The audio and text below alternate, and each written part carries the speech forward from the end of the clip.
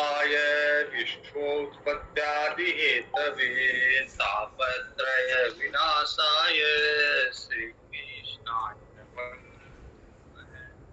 कृष्णं नारायणं वन्दे कृष्णं वन्दे व्रजप्रियं कृष्णं द्वैपायनं वन्दे कृष्णं वन्दे वृथासुतं। भागवत महापुराण के 6 स्कंद में हम लोग प्रजापति दक्ष प्रजापति के पुत्रों की विरक्ति की कहानी सुन रहे हैं।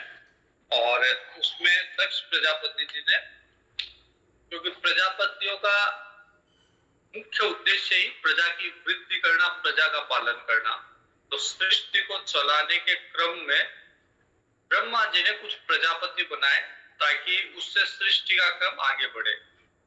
और दक्ष प्रजापति ने 10,000 पुत्र उत्पन्न किए और कहा कि आप नारायण सरोवर में जाके सिंधु नदी और समुद्र के संगम स्थल पे जाके नारायण सरोवर, वहां जाके आप तपस्या करो और उस तपस्या के बाद में आप प्रजा की वृद्धि का कार्य करो, संपन्न करो।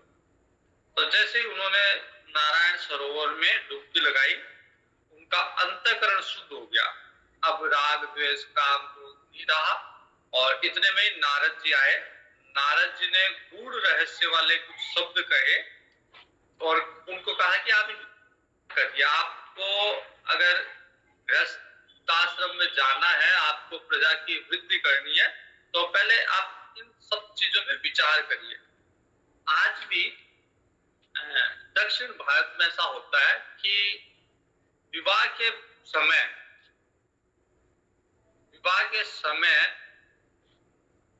विवाह के लिए जो वर है, जो लड़का दूल्हा है, उसे सारा ज्ञान दिया जाता है। उसे प्रवृत्ति मार्ग, निवृत्ति मार्ग सब बताया जाता है, गृहस्थ की क्या समस्या है और संन्यास क्यों लेना चाहिए, संन्यास का क्या मार्ग है, क्या तरीका है, ये सारा ज्ञान उसे दिया जाता है। फिर उसे पूछा जाता है कि अब गृहस्थ आश्रम में प्रवेश करना चाहता है क्या। तो अब वो चीजें, वो जो ज्ञान था वो एक दूसरी तरह से उन्होंने वो चीजें अब परंपरा में आ गई कि वो ज्ञान सुन के और वो संन्यास, वो कहता है कि नहीं, मैं संन्यास मार्ग में ही जाना चाहता हूँ। फिर बाद में लड़की का जो पिता होता है वो जाके कहता है उस लड़के को कि नहीं नहीं, आप संन्यास मार्ग में मत जाइए, मेरी पुत्री जो है वो सुशील है, वो आपको, आप गृहस्थी में रख के भगवान का नाम लीजिए, गृहस्थी में रख के ही आप भगवान का स्मरण कीजिए और मेरी पुत्री इस कार्य में आपका सहयोग करेगी। तब वो तैयार होता है विवाह के लिए। तो ये एक तरह से मतलब आज के समय में तो एक नाटक टाइप में हो गया, लेकिन ये प्रथा आज भी निभाई जाती है दक्षिण भारत में। हम लोगों के उत्तर भारत में इतना ज्ञान नहीं दिया जाता, बताया नहीं जाता कि संन्यास मार्ग क्या है, गृहस्थी का मार्ग क्या है। लेकिन परंपरागत रूप में जो 4 आश्रम थे, ब्रह्मचारी आश्रम, फिर गृहस्थ आश्रम, फिर वानप्रस्थ और फिर संन्यास, तो उसमें संन्यास प्रत्येक मनुष्य के लिए अनिवार्य था। ऐसा नहीं है कि गृहस्थी में चला गया अब उसको संन्यास नहीं लेना। गृहस्थी का उसका जीवन केवल 25 वर्ष का था। ब्रह्मचारी 12 साल की अवस्था में और 12 साल तक पिता ही उसे शिक्षित करेगा, दीक्षित करेगा। 12 साल की अवस्था में गुरुकुल में जाएगा, 12 वर्ष तक गुरुकुल में रहेगा। फिर 6 महीने का समय उसे दिया जाएगा जिसमें वो विचार करके ये बताएगा कि मेरे को गृहस्थी में जाना है या मेरे को संन्यास में जाना है। अगर वो तैयार है संन्यास में जाने के लिए, तो वहीं से गुरुकुल से ही उसे संन्यास मार्ग में भेज दिया जाएगा, या गुरुकुल में गुरु उसे अपने पास रखेगा और उसे शास्त्र की ओर, उसे आचार्य बनाएगा और उसे और दीक्षा देगा ताकि वो और लोगों को पढ़ा सके और फिर वो संन्यास मार्ग में चला जाएगा। और अगर कोई विचार करके 6 महीने बाद में बोले कि मुझे गृहस्थी में जाना है, मुझे मेरी वासनाएं हैं, मुझे अभी गृहस्थी में, तो उसे कहा जाएगा कि आप 25 साल तक, 25 से लेकर 50 वर्ष की आयु तक गृहस्थी में रहो, धर्म पूर्वक गृहस्थ धर्म का पालन करो, ताकि जो वासनाएं हैं उनको, उनसे आपको छुटकारा मिल सके, उनका भोग भोग के आप उनको छोड़ सको। और फिर 25 से लेकर 75 तक वानप्रस्थ में जाएगा और 75 के बाद में सब सन्यासी बनेंगे। तो सन्यास ऑप्शनल नहीं था, कंपल्सरी था, सबके लिए अनिवार्य था। लेकिन आज कल समाज की परिस्थितियां बदल गई, तो एक बार गृहस्थी में आने के बाद में फिर वो हमेशा के लिए गृहस्थी बन जाता है, जबकि पुरानी परंपरा में ऐसा नहीं था। तो नारद जी शुरू से ही संकादिक परंपरा के रहे हैं, जो निवृत्ति मार्ग के महात्मा रहे हैं शुरू से। ब्रह्मा जी के मानस पुत्र है नारद जी, लेकिन पिता के विपरीत है। पिता ब्रह्मा जी का उद्देश्य है सृष्टि को आगे बढ़ाना, और सृष्टि को भी पहले मानसिक सृष्टि थी, लेकिन अब उसको मैथुनी सृष्टि बना दिया ब्रह्मा जी ने। तो ब्रह्मा जी तो ये चाहते हैं कि अधिक से अधिक लोग इस मैथुनी सृष्टि में आए, गृहस्थ धर्म में आए और प्रजा की वृद्धि करे, ताकि सृष्टि का क्रम आगे बढ़ता जाए। लेकिन नारद जी जैसे महात्मा, संकादिक ऋषि जैसे महात्मा, ये जब जीव को गृहस्थी में फंसा हुआ देखते हैं, उनको लगता है कि जीव जैसे तड़प रहा है, तो उनका दुख सहन नहीं होता, और वो आके इन्हें जीव को, जो भी तैयार जीव होता है, शुद्ध जीव होता है, अंतःकरण जिसका शुद्ध होता है, तो ऐसे महात्मा उसे उसी स्थिति से निकाल लेते हैं।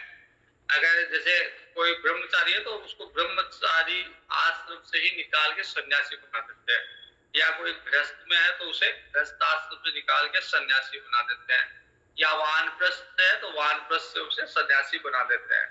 तो नारद जी का उद्देश्य भगवान के मार्ग में लगाना लोगों, और ब्रह्मा जी का उद्देश्य संसार में लगाना। और नारद जी, भागवत में शुरू में नारद जी का एक मिशन है, उस मिशन में नारद जी ने ये एक संकल्प ले रखा है कि कली काल में गृह गृह जने जने, मैं घर घर में और व्यक्ति व्यक्ति में भक्ति का प्रचार प्रसार करूंगा। तो इसी क्रम में नारद जी को जब भी कोई ब्रह्मचारी मिलता है, जब भी कोई शुद्ध अंतःकरण वाला मिलता है, तो जब भी कोई ध्रुव जैसे, प्रहलाद जैसे कोई तपस्या की ओर अग्रसर होते हुए बालक मिलते हैं, तो नारद जी उन्हें भगवान के मार्ग में आगे बढ़ा देते हैं। नारद जी उन्हें ओम नमो भगवते वासुदेवाय, ओम नमो भगवते वासुदेवाय, इस तरह के मंत्रों की दीक्षा देके और उन्हें भक्ति के मार्ग में आगे बढ़ा देते हैं। तो यहाँ पे भी ये हुआ कि दक्ष प्रजापति ने 10,000 पुत्र उत्पन्न किए, जिन्हें पुत्र वृद्धि के लिए या प्रजा वृद्धि के लिए उन्हें नारायण सरोवर भेजा। वहां उन्होंने स्नान किया, उनका अंतःकरण शुद्ध हुआ। इतने में नारद जी आए और नारद जी ने कहा कि ये संसार में मत फंसो, ये जो गृहस्थी का जीवन है, ये एक तरह से संसार का आरण्य है, जंगल है, भवाट भी है ये एक तरह से। भवाट भी मतलब जंगल, संसार का जंगल। तो इसमें एक बार अगर फंस गए तो फिर वापस निकलने का रास्ता नहीं है, फिर तरह तरह के बंधन से व्यक्ति बंध जाता है। तो नारद जी ने उन्हें प्रेरित करके एक बार उनके, क्योंकि शुद्ध अंतःकरण था ही, नारद जी की बात जच गई, तो फिर वो सब 10,000 लोग, 10,000 जो पुत्र थे दक्ष के, सब संन्यास मार्ग में चले जाते, जो गृहस्थी का मार्ग था उसको छोड़ के भगवान की भक्ति, भगवान को प्राप्त करने के लिए संन्यास मार्ग में चले जाते हैं। दक्ष प्रजापति ने फिर 1000 पुत्र उत्पन्न किए। पहले 10,000 किए, फिर 1000 किए। तो उसने, दक्ष प्रजापति ने सोचा कि इन 1000 पुत्रों के द्वारा ही मैं प्रजा की वृद्धि करवाऊंगा और संसार के क्रम को आगे चलाऊंगा। तो इन 1000 पुत्रों को भी नारद जी ने जाके वैसा ही ज्ञान दिया और उन्हें गृहस्थ आश्रम से में नहीं जाने के लिए, संन्यास मार्ग में आगे बढ़ने के लिए प्रेरित किया। तो उन्होंने भी संन्यास मार्ग ग्रहण कर लिया। जैसे ही ये बात दक्ष प्रजापति को पता चली कि पहले मेरे 10,000 पुत्र को, फिर मेरे 1000 पुत्रों को नारद जी ने संन्यास मार्ग की तरफ प्रेरित किया है, वो आग बबूला हो गया दक्ष प्रजापति। अब नारद जी को भला पूरा कह रहा है, नारद जी को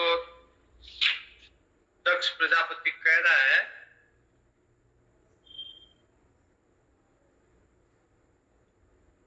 कि तुमने झूठ मूठी, नारद जी पे बड़ा क्रोधित हो रहा दक्ष प्रजापति, वो कह रहा है कि तुमने झूठ मूठी साधु का वेश बना रखा है, अंदर से तुम जो है वो असाधु वाले काम है, भोले भाले बच्चों को भिक्षुओं के मार्ग पे तुम देखना चाहते हो, उन्हें उनका बड़ा नुकसान कर रहे हो, तुम उनको भिक्षु बना के भीख मांग के खाएंगे। यहाँ गृहस्थ आश्रम में रहते, अपने कर्तव्य का पालन करते, कर्म करते, धन एकत्रित करते, धन कमाते, खुद का पालन करते, औरों का पालन करते, लेकिन तुमने जो रास्ता दिखाया है, जी को कहते हैं, तुमने जो भिक्षु बन के रह गए मेरे बेटे, तो तुम्हारा काम बालकों को भिक्षु बनाना है, भिखारी बनाना है। और भिक्षा, वैसे तो भिक्षा हर कोई नहीं ले सकता, भिक्षा के भी नियम है, ज्ञान विज्ञान सिद्ध्यर्थे भिक्षाम देहि च पार्वती।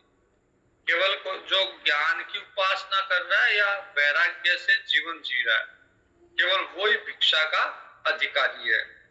तो दक्ष प्रजापति कहते हैं कि ज्ञान का और वैराग्य का रास्ता दिखा के मेरे पुत्रों को भिक्षु बना दिया।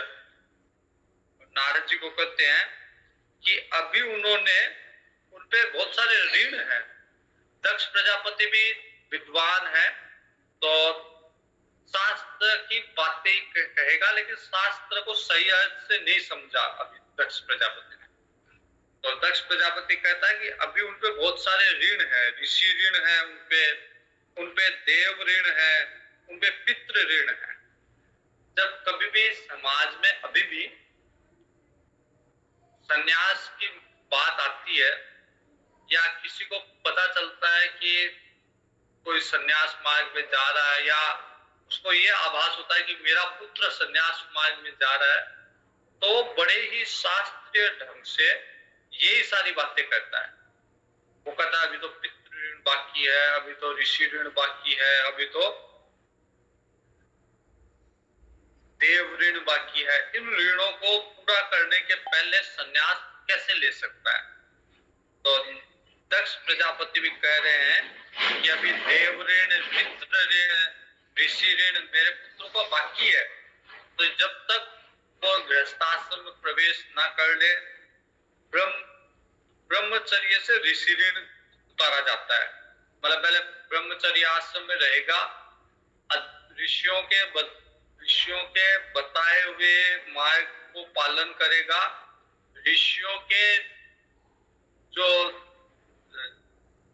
मंत्र ऋषियों ने अपने मानस में से प्रकट किए हैं, देखे हैं, उन मंत्रों को सीखेगा, उनका अध्ययन अध्यापन करेगा, तब ऋषि ऋण उतरेगा। ऋषियों की शिक्षा दीक्षा का जब अनुपालन करेगा तो ऋषि ऋण उतरेगा। उन ऋषियों की शिक्षा को स्वयं पढ़ेगा, फिर आगे बढ़ाएगा तो ऋषि ऋण उतरेगा। दूसरा है देव ऋण। तो गृहस्थाश्रम में प्रवेश करेगा, पत्नी के साथ में यज्ञ का अनुष्ठान करेगा, तो देव ऋण उतरेगा इसका। और तीसरा है पितृ ऋण। तो जब पुत्र उत्पत्ति करेगा, जैसे पिता ने उसे उत्पन्न किया वैसे ही वो पुत्र उत्पन्न करेगा, तो पितृ ऋण उतरेगा। तो दक्ष प्रजापति कह रहे हैं कि अभी तो न इनका देव ऋण उतरा है, न पितृ ऋण उतरा है, न इनका ऋषि ऋण उतरा है। ऐसी अवस्था में अगर इनको संन्यास मार्ग दिखा दिया गया तो ये तो भ्रष्ट हो जाएंगे मेरे पुत्र। लेकिन नारद जी ने अभी कर्म फल की नाश के संबंध में भी कुछ विचार नहीं किया। अगर ये बात सत्य है वैसे कि अगर कोई व्यक्ति, क्योंकि हर व्यक्ति क्या है कि कर्म कोई सर्वोपरि मानता है, जबकि सर्वोपरि कर्म करके कर्म को समाप्त करना नहीं है, बल्कि कर्म की वासना समाप्त करना है। लोगों को लगता है कि रहेगा तब तक उसमें वैराग्य पुष्ट नहीं होगा, लेकिन कर्म करके कभी भी वैराग्य पुष्ट हो ऐसी बात नहीं है, बल्कि कर्म वासना छोड़ के वैराग्य पुष्ट होता है।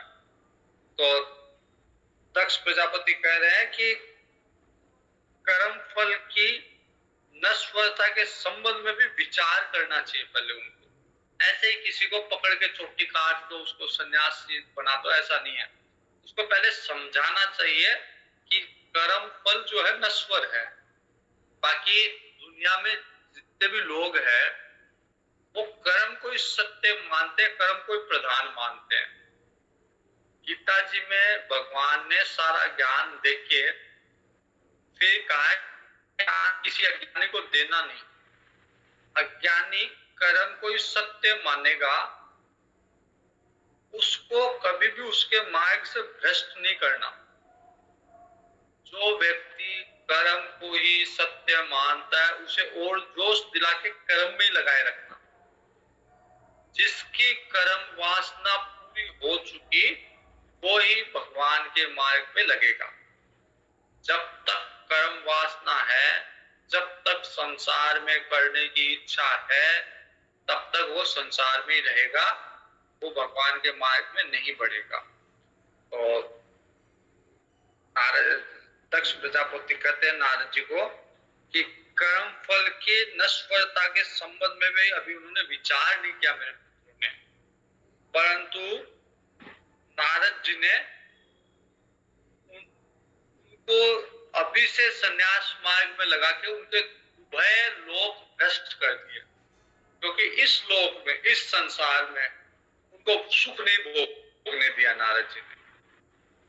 संसार में विवाह करते, विवाह के उपरांत सुख भोगते, लेकिन नारद जी भोगने नहीं दिया। नारद जी ने पहले सन्यासी बन, उनका ये लोक तो भ्रष्ट कर दिया, अब वह लोग भ्रष्ट कर दिया, परलोक भी उनका भ्रष्ट कर दिया, क्योंकि उनको अभी कर्म की वासना है उनके अंदर, अभी उनकी कर्म की वासना नष्ट नहीं हुई है। तो इसलिए पितृ ऋण, ऋषि ऋण, देव ऋण वो बाकी है ही है, कर्म की वासना बाकी है ही है। इसलिए वो सही ढंग से निवृत्ति मार्ग में भी नहीं लग पाएंगे, संन्यास के मार्ग में भी नहीं लग पाएंगे। तो इसलिए न तो परलोक उनका अच्छा होगा, न उनका ये लोक अच्छा होगा। तो दोनों लोकों से मेरे पुत्रों को नारद जी ने भ्रष्ट कर दिया संन्यास का मार्ग दिखा के। लगता ऐसा है कि नारद जी के हृदय में सचमुच में कोई दया है ही नहीं। बच्चे दिखे चाहिए नारद जी को, जैसे ही बच्चे दिखते हैं बच्चों की बुद्धि बिगाड़ देता है नारद जी। ध्रुव जी, प्रहलाद जी, सबको राज्य पद से और उनको निकाल के और भगवान की भक्ति में लगा दिया। तो ये जैसे ही नारद जी किसी भी बच्चे को देखते हैं उसकी बुद्धि भ्रष्ट करते हैं।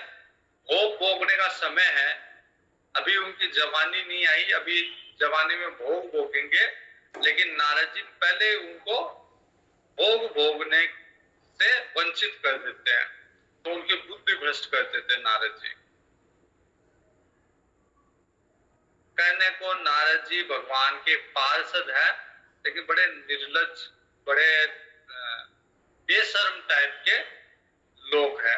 नारद जी व्यक्ति है, तो उनको शर्म नहीं आती कि छोटे छोटे बच्चों का अभी उम्र बाकी है, अभी उनकी जवानी बाकी है, अभी जवानी के भोग बाकी है, उनको भोगने नहीं देते और उनको भगवान के मार्ग में लगा के उनका ये लोग भ्रष्ट कर रहे हैं, परलोक भी भ्रष्ट कर रहे हैं। भगवान के पास तो दुखी प्राणियों पे दया करते हैं, लेकिन नारद जी बच्चों को देख के, भोले वाले बच्चों को देख के उनको भड़का के और भगवान के रास्ते में लगा देते हैं। और ये संसार का उनका जो आगे संसार की प्रजा की वृद्धि करनी थी, उनको पुत्र ऋण चुकाना था, उससे उनको भ्रष्ट कर देते हैं।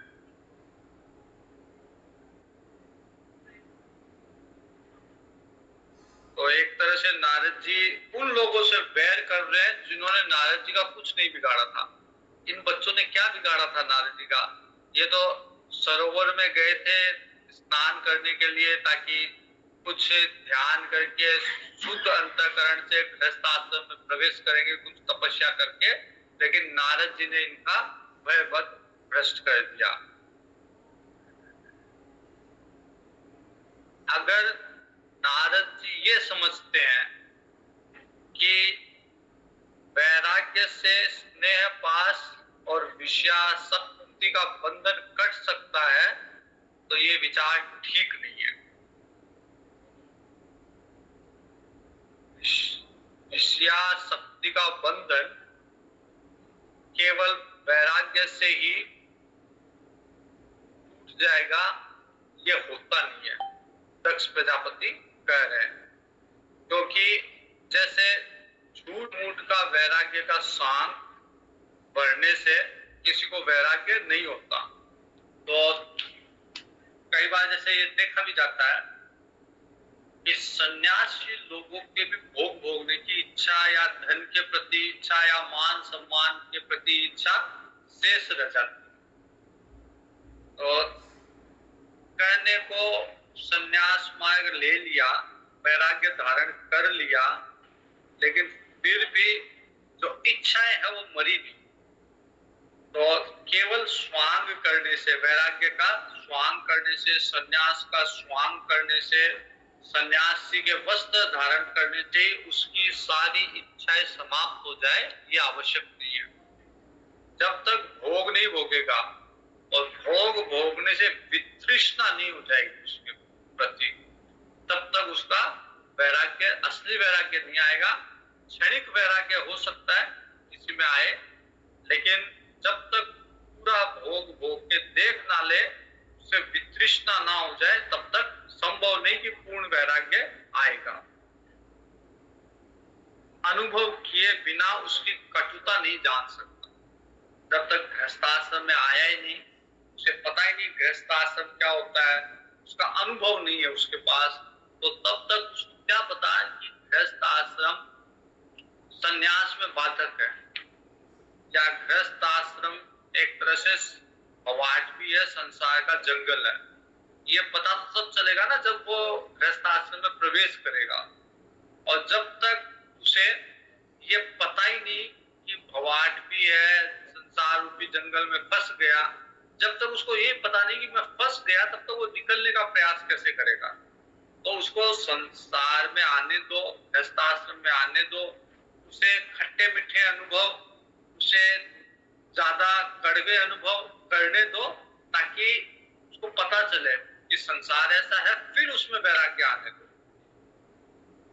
और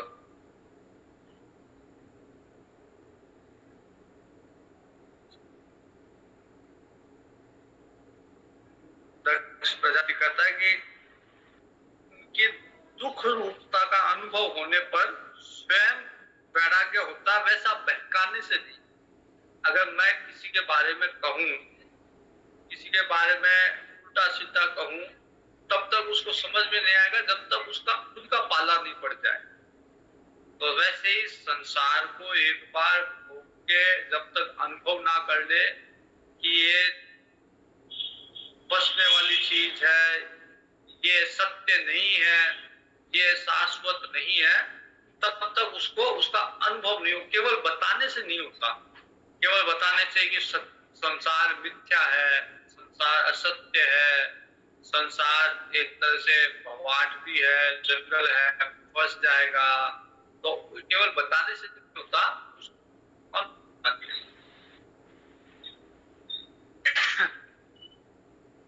दक्ष प्रजापति कहते हैं कि हम लोग सदगृहस्थ हैं, अपनी धर्म मर्यादा का पालन करते हैं। तो नारद जी ने एक बार पहले भी मुझे मेरे 10,000 पुत्रों को नारद जी ने संन्यास मार्ग दिखाया था, ऐसा ही अपकार किया था मेरा, तब तो मैंने सहन कर लिया।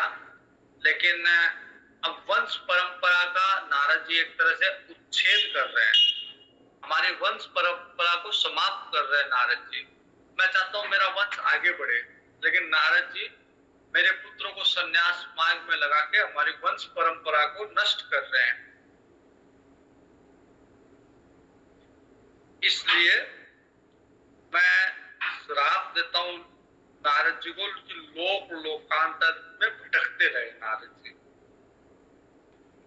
कहीं भी ठहरने का ठोर ना हो नारद जी के पास, केवल भटकते रहे नारद जी, इस लोक में परलोक में लोक लोकांतर में इधर उधर जाते रहे, कहीं पे भी एक जगह टिके नहीं नारद जी। ऐसा श्राप दक्ष प्रजापति ने दिया। तो नारद जी ने इस श्राप को सहज स्वीकार किया, कहा बहुत अच्छा, दक्ष का श्राप स्वीकार किया नारद जी ने। संसार में साधुता यही है कि बदला लेने की भावना ना हो। यद्यपि दक्ष ने श्राप दिया, लेकिन नारद जी ने उसे सहज स्वीकार किया, क्योंकि नारद जी को लगा कि अब तो पहले फिर भी थोड़ा आलस आ जाता था, कहीं रुक जाता था, लेकिन अब तो दक्ष प्रजापति के श्राप से कहीं रुकना होगा ही नहीं, तो और घूम घूम के भगवान के धर्म का, भागवत धर्म का प्रचार प्रसार करूंगा। तो नारद जी को तो ये श्राप भी वरदान लग रहा था कि अब तो मेरा संकल्प है घर घर में, जन जन में भगवान की भक्ति स्थापित करूंगा। तो अब और भी तेजी से ये संकल्प पूर्ति होगी, क्योंकि अब मैं कहीं रुकूंगा ही नहीं, सारे दिन घूमता भटकता रहूंगा। तो मेरे एक ही मिशन, एक ही काम रहेगा कि भगवान के नाम का प्रचार प्रसार करूं, भगवान की भक्ति का प्रचार प्रसार करूं, व्यक्तियों को, संसार में फंसे हुए जीवों को निकाल के और भगवत मार्ग में लगाऊं। ये कहते हैं कि जो पुरुष होते हैं नारद जी जैसे, उनको और किसी भी चीज का की तकलीफ नहीं होती, पीड़ा नहीं होती, कष्ट नहीं होता, उनको दुख नहीं होता। केवल एक चीज से उनको कष्ट होता है, वो जब दूसरे जीव को संसार में फंसा हुआ देखते हैं, तब उन्हें लगता है कि इन बेचारों को भी निकलना चाहिए, इनको भी सहायता करके इनको निकालना चाहिए। तो नारद जी के मन में भी ये कष्ट है, पीड़ा है कि मैं तो मुक्त हो गया भगवान का आश्रय लेके, भगवान का नाम लेके, भगवान को समर्पित हो गया, लेकिन बाकी के जो संसार के जीव है, इनको कैसे मुक्ति दिलाई जाए, इनको कैसे संसार से निकाला जाए, इनको कैसे भगवान के मार्ग पे लगाया जाए। तो इसलिए नारद जी हर वो प्रयास करते हैं, कोई भी शुद्ध जीव होता है, होते ही नारद जी नहीं, नारद जी जैसे सभी महात्मा जब भी उन्हें लगता है, वरना वो चुपचाप शांत रहते हैं, किसी से कुछ कहते नहीं है, लेकिन जब भी उन्हें लगता है कि कोई जीव तैयार है, इसके शुद्ध हो गया, ये इसके पाप नाश हो गए, तो उसे जल्द से जल्द भगवान के मार्ग में लगाओ, ताकि ये जीव जो फंसा हुआ है वो निकले। क्योंकि महात्मा भी जानते हैं कि सभी जीव निकलना चाहते ही नहीं है, जो जीव फंसे हुए हैं सब जीव निकलना ही नहीं चाहते, केवल शुद्ध, जिनका अंतःकरण शुद्ध हो गया, वही जीव निकलना चाहते हैं, तो जो निकलना चाहते हैं जीवन महात्मा उनकी सहायता करते हैं। नारद जी ने ऐसा ही किया कि जो दक्ष के पुत्र थे वो शुद्ध अंतःकरण वाले हो गए, तो नारद जी ने उनको बाहर निकाला संसार से। अब दक्ष प्रजापति ने क्या किया? दक्ष प्रजापति समझ गया कि नारद जी मानने वाले नहीं है, भले 10,000 पुत्र किए, फिर मैंने 1000 पुत्र किए, इतने इसको वैराग्य का संन्यास मार्ग दिखाई दिया। दक्ष प्रजापति ने भी अपना प्लान चेंज किया और अब की बार पुत्र नहीं उत्पन्न करके 60 स्त्रियां उत्पन्न की। दक्ष प्रजापति ने 60 कन्याएं उत्पन्न की। बहुत प्रेम करती थी कन्याएं भी। उनमें से 10 कन्याएं दक्ष प्रजापति ने धर्म को दे दी, धर्म के साथ उनका विवाह कर दिया। 13 कन्याएं कश्यप ऋषि को दे दी, जिसमें दिति अदिति दोनों हैं। 13 कन्याएं कश्यप ऋषि को दे दी। 60 में से 27 कन्याएं चंद्रमा को दे दी। 2 कन्याएं भूतों को दे दी और 2 अंगिरा ऋषि को दे दी। 2 विशाश्व को दे दी और 4 जो शेष रही थी वो तार्क्ष्य नामधारी कश्यप को ब्याह दी। इस तरह से 60 कन्याएं अलग अलग लोगों को, चंद्रमा को, ऋषियों को, धर्म को, इनके साथ उनका विवाह कर दिया। और इन दक्ष कन्याओं का ये सारा संसार है, क्योंकि देवता और दानव दोनों ही कश्यप ऋषि की संतान है। और उनको विवाह द्वितीय तिथि वो जो है विवाह हुआ वो दक्ष की ही पुत्रियां थी। तो दक्ष की 60 कन्याओं से ही ये सारा संसार आगे बढ़ा। धर्म की 10 कन्याएं पत्नियां, उनका विवरण दिया हुआ है। वसु की 8 पत्नियां, उनका विवरण दिया हुआ है। और देवताओं को जो कश्यप ऋषि को 13 कन्याएं, इन सबका चंद्रमा को 27, 2 को 2, तो ये 60 कन्याओं से सारा संसार आगे बढ़ा हुआ है।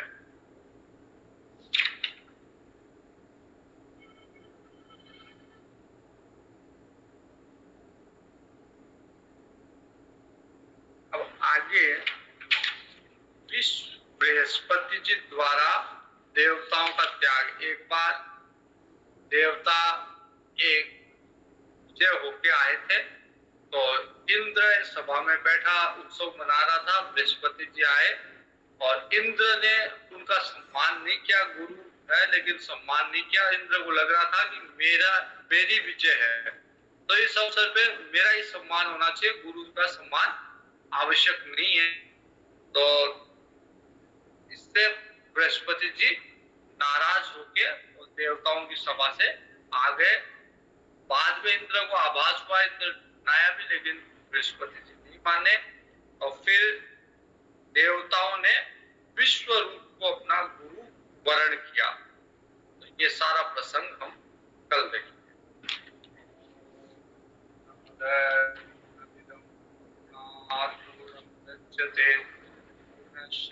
पूर्णमादाय पूर्णमेवावशिष्यते। ओम शांति शांति शांति। हरि ओम।